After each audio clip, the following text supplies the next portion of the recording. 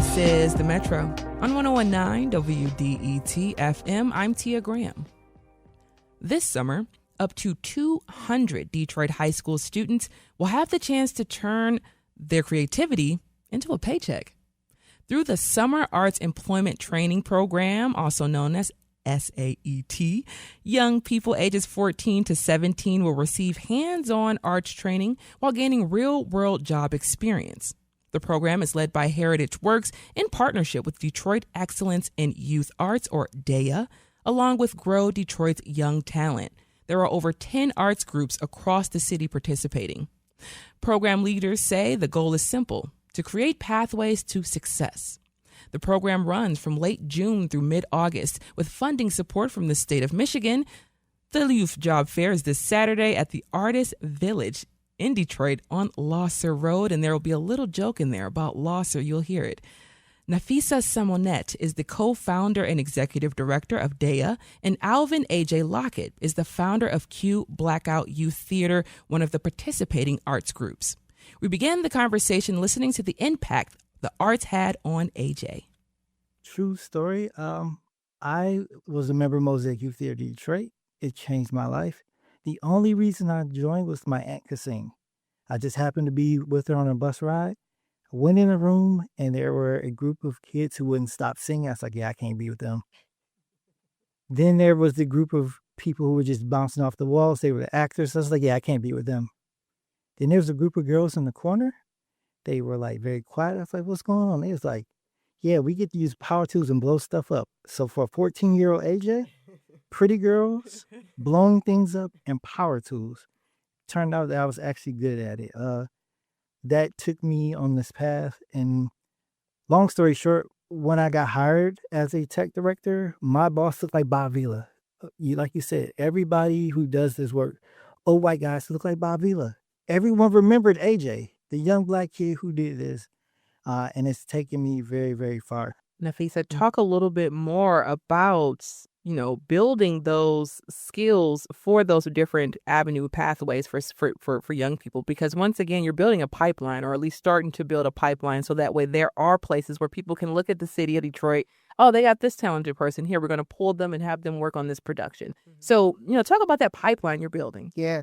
So let me start with just DEA itself, like what DEA is and how we wrapped our brains around creating something like this. So DEA is a collective impact initiative. And what that means is that we have decided that it's our job to ensure that people within the ecosystem of youth arts in the city of Detroit have an opportunity to collaborate with each other, have an opportunity to have new platforms where they can continue to create and do the things that they do best. And also for us to look for resources on inside and outside of the city of Detroit and the state of Michigan to bring those dollars into the city to support this effort. And so far, we've leveraged over $1.5 million in funding that has gone to arts organizations, to teaching artists, and to young people in very specifically for them to be able to do the things that they do. And we know that Detroit is one of the most creative cities in the United States. Period. In the world, Period. I would argue. We have shaped so much of how this world moves. The music this Michael Jackson movie that's getting ready, like, we are so excited. My whole family is excited. I bought my son the whole costume. He's dressing up like Michael Jackson. Did you know that Detroit School of Arts and Sciences, I think it's DAS, it's the Detroit Youth Choir that's performing. I should have checked this before I said it. They are performing at the Royal Oak Imagine, and they're doing a whole Michael Jackson montage that the day it comes out. But therein lies my point. We are creating, by them knowing this music, right, and the history that it comes from Motown, comes from Detroit, and they are performing that, they now have access to this whole genre, this whole history, this whole culture, and this whole legacy that's been created by Detroit. And so, being able to introduce that to more and more kids through programs that currently exist, right? So DEA is not an arts organization. We don't do programming for young people. We do our best to make it possible for the people that are doing their work to do it better. Because I want to ask you both this, because we both, all of us, are tapped in. We're all around young people and listening and learning. The teen takeovers that have been happening downtown. As soon as I saw this conversation, coming up on my schedule, I thought this is perfect timing, because I'm wondering, do we see this as a way that could help teens find some opportunities outside of taking over downtown, or just finding a way to feel like they have a place somewhere? So, like I said, at Q Block, our young people are in charge, but I can speak for all the programs involved, like Youth Voice, our mayor, Youth Voice is so important. And two things, I want to make fun of Nafisa for saying Lasser. We're Detroit, so it is 17336. Don't you say Lasher for all the parents. Is like, what is Lasser? So Lasher, and the students, $12.50 an hour. Okay, that's good money. So for those who are 14-year-old? for 14 to 17, you want to get those Jordans, and my niece is talking about Balenciagos. You want those $1,200 shoes? Go to work. And what I love about this program, and tying to the Teen Takeover, like, no disrespect to the other things, but there's a difference between cleaning up an alley or painting a wall as opposed to painting a mural. It's you get to use your creativity, you get to use your voice. A lot of the programs that are involved in this opportunity, like, it's all about the youth being in charge. I know a lot of us are going to have capstone projects. So we're bringing in the families, we're bringing in the community, we're bringing in everyone to see their talents. And one of the best things about DEA, like we said, there are, in Detroit, we care about 5 high schools, we care about 5 churches, we care about 5 things. But what DEA is saying is, we don't need Beyonce or Michael B. Jordan or Misty Cooper. We just want someone with passion and a desire to learn, and then we'll help you grow. I am a testament to this. Like I said, if there weren't those girls in the corner, I wouldn't have known that I was good at this. I got into Mosaic and learned that I was good at something. And if you ask my mom, it's the single greatest thing that ever happened, because she didn't think I was going to, she thought she was going to take care of me my whole life. But theater, on the other hand, exposed me to something, and it changed me. Even being around my friends in theater as opposed to my friends from school, it was a difference. It was like, they have 3.5s and I'm sitting here with my 2. I got to step my game up, all right? I got to think about college. I got to think about my future. And Mosaic, and what I like to bring to our thing was the first place. It was like, AJ, we trust you. I didn't get that in school. I didn't get that on my basketball team. I didn't get that in all the other things. But in theater, it was, AJ, we trust you. Figure it out. And if it's not right, we'll come back together and make it right. So teens now, especially in this world that we're living in, where everything's bombarding them. I grew up doing 9/11, and I thought that was the worst thing. The things these kids face on a day-to-day, you need an outlet. You need something where you can be creative and be in charge. And then the thing about the Teen Takeover that I'm, say what you want to say, but it was young people coming together for a cause. Adults didn't give them a cause, so they found a way to make it happen. So let's give them the tools, because we see, but Inventions, the mother necessity, they seen that they needed to be heard, and they got together. So now there's no more excuses for adults. We know that they can come together. They can plan something. They can plan things better than we can, it looks like. So let's give them the opportunity and give them tools to do this constructively. And shout out to the mayor for expanding opportunities at rec centers, bringing back midnight basketball, like those kinds of things. Midnight Right? basketball. Like that, they need that kind of stuff, right? So when you saw some of the teen takeovers, the footage, what was going through your mind? Some of it was disappointment.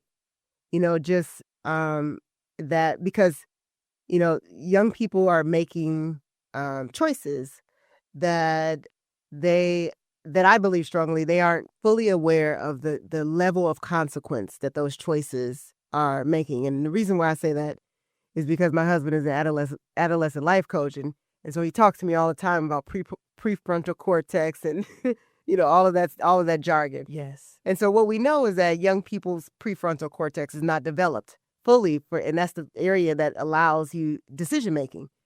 And so they operate on impulse and they operate on emotion, right? And so, through social media, everybody is, come meet us at this place and let's, do whatever.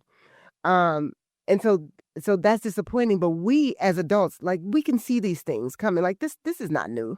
This has been happening for years, right? Like, this coming together of young people, but then it turns into this a surveilled space where they can't be themselves and they can't be creative, or they feel like somebody's wagging a finger at them constantly, right? And there was some arrests that resulted from that, and so now you're on the radar, right? Like, and they're not thinking about these as consequences. So it's our job. It is our responsibility as adults, as parents, as teachers, as educators. I'm a former educator, so I feel strongly about that it's our responsibility to clear the path for them, And what to make about a space. What about for folks like myself who have no kids? Because a lot of times I'll hear people like myself who are childless who will say, it's not my problem. You know what? I disagree, because this is a human issue, right? Like, if we care about our neighbor, right? Like, if we care about our, like, even when I didn't have children and when I was teaching, my students were my babies, right? Like, those are my kids. And that's how I viewed it. It's not my expectation that everybody else does.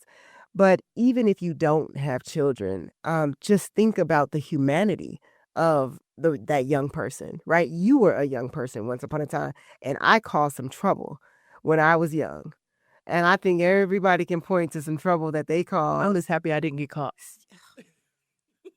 Because we didn't have these cell phones. I'm happy. I didn't. I'm an old lady. I didn't have a cell phone when I was doing stuff I wasn't supposed to do. And so, it's a different day, right? And so we have to meet young people where they are. And I believe strongly it's all of our responsibility. It is. This is The Metro. I'm Tia Graham. Our guests are Nafisa Simonet, the co-founder and executive director of DEA, and Alvin A.J. Lockett, the founder of Q Blackout Youth Theater.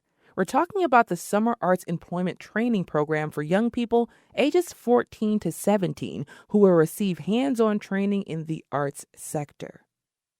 You wanted to say something. You wanted to add something, AJ. Yeah, no. When you were saying, I don't have children myself. I remember in class my teacher saying one day, and he's shaking his head like, I have to depend on you. You will be the person that is going to lead the way. So for your own sake, we need to worry about the next generation, because the next generation is going to come. So what's that thing? There's two animals. The one you feed is going to be the strongest. If we pour good into them, if we pour trust into them, if we pour, faith and expectations and the hope and good, they'll do the right thing. And it's our job. It's actually our job to foster this next generation. Again, I love the arts, and I want to say this specifically to parents, because I know a lot of times, our young men have to play sports, or they have to, it's basketball. It's just the arts. I play basketball. Dance helped me in basketball. The arts help me with my schoolwork. Like, there are industries that young men can get in, because you hear arts, so everyone's gonna dance, or everyone's gotta sing, or everyone's gonna act. No, I'm behind the scenes. My kids are with the camera. They're with the drum machines. Eventually, one day I want to come here. My young people are the engineers editing this stuff. And again, if you can edit a podcast for yourself, you can take it to Chase. You can take it to KFC. You can take it to Walmart, whoever's paying. And so I want parents to hear that the arts just isn't on stage. But if that's the case, the skills I learned on stage in Mosaic got me my rise in banking. Being able to sit there and talk in front of the customer, because I was a teller, to be able to talk to you and confidently hold a conversation made it okay. I was comfortable talking with people. I was comfortable with sales. Then I was a manager. Now I'm a trainer. Like, so the arts, I attribute that confidence I have to the arts. So I want parents to hear that people say, oh, I don't want my kids in arts because I don't know. There are so many creative jobs. Tech is creative. Engineering's creative. A lot of companies, if you look at the C-suites, they have arts backgrounds, not just business backgrounds. So it's important to please be there on Saturday, parents. Please come out. And there's visual arts, there's dance. Again, I got, with all bias, I think Q Blackout's the best with tech. But no, seriously, all these programs, JIT Master, the Show School of Dance, Mint Artists, all of these amazing programs that young people can get into. And the beautiful thing is the threshold. Again, we're not saying be Michael B. Jordan. We're not saying come as you are. Yes, come in. Come as you are. What does it mean to be in a position where you are bringing together these youth groups to collaborate, to have a larger blanket across the city? It is, I think, the joy of my life's work. I've been an arts educator. I'm a visual artist. I've been an arts educator. I was a teacher for 13 years. And when we keep saying Rick Sperling, founder of Mosaic Youth Theater, and I came together, we asked ourselves the question, what is it that you wished you had as an arts educator that you didn't? And what is it that you wish you had as an out-of-school time youth arts provider through his theater company that you didn't have? What kind of supports were missing? And so when we identified that for ourselves, we were like, we can't be the only people, clearly. and that's when we set out to really ask that question of providers and educators across the city. And that is, how DEA came to be. This model of a collective impact initiative like this for the arts is happening in other cities. And so we did a lot of studying around that, what was possible. And so to bring that to the city of Detroit and to work in this collaborative way, because it's not easy in the city to work in the collaborative area. It's not easy in this city. It's not. And we learned that very early, right? Very early. But we felt very strongly about the possibility, about, what was possible if we worked together as opposed to individually. And so it's our goal to be able to take what we have started to build, right? It's a little anthill right now, but the goal is to really make this a movement, make it big enough that it is feeding itself, that collaborative effort is working together. We received funding from the Wilson Foundation to create technology for the network, the Youth Arts Providers Network, to be able to collaborate and work together. It lives on our website where they have, profiles. They can establish profiles. We have this whole login thing where they can work together and collaborate. And we're building a network for arts educators in the city of Detroit. We're also building a network for young people, the Youth Artists Congress that's coming. We just received funding, a funding opportunity. I don't want to say who yet, but we did. We received I know. And all of these networks are collaborations. They're collaborative opportunities for young people across the city. So the Youth Artists Congress for young people across the city to not only know each other, right? Because the kids on the east side might not know the ones on the deep west side, right? So bringing them together to set the agenda for us is important. That's why DEA exists. And I'm exceptionally proud of the work that we've done. I'm proud of the folks that have trusted us to do this work and have believed in, us. We're a 2-person team, but we are doing our best to bring as many resources and opportunities and platforms as possible to the city of Detroit for folks who are doing this work. They are the real heroes. So we just want to support that. All right. So before we get out of here, Saturday, what's happening? Saturday. All right. Saturday, April 18th, 10 a.m. to 3 p.m. Show up at the Artist Village. The Artist Village is located at 17336 Lasher. Lasher Road. The opportunity is for any young person that has zero experience or has performed and auditioned across the state of Michigan. Anybody within that space can come, age 14 to 17 years old. Please come. Bring your kids, bring your friends.